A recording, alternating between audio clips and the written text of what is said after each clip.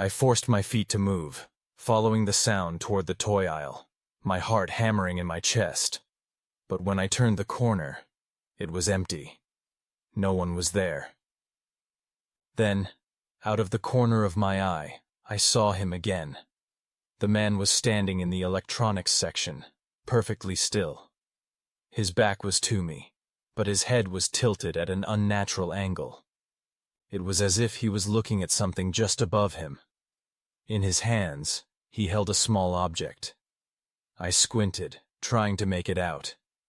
It was a baby monitor. The device crackled with static, and through the noise, I heard a voice. A child's voice, soft and distorted.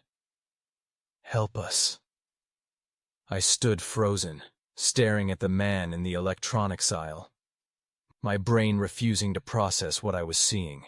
The baby monitor in his hands crackled again, static morphing into faint whispers that I couldn't quite make out. My heart hammered so loudly I thought it might drown out the sound entirely. Then the voice came again, clearer this time. "Help us, please." The child's voice was trembling, desperate. My instincts screamed at me to run, to get out of the store and never look back. But something about that voice, it rooted me to the spot. "Hey!" I called out, my voice shaking. "What are you doing? What's going on?" The man didn't react at first. He just stood there, his head still tilted, as though he were listening to something through the static.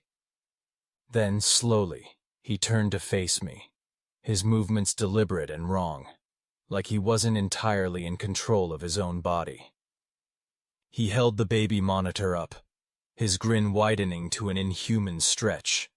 The static grew louder, the whispers blending into what sounded like sobbing. "They need you," he said, his voice low and guttural. I stumbled back, nearly tripping over my own feet. "What are you talking about? Who needs me?" He took a step toward me, and I realized for the first time that I couldn't hear his footsteps. The way he moved, the soundless glide of his body, it wasn't natural.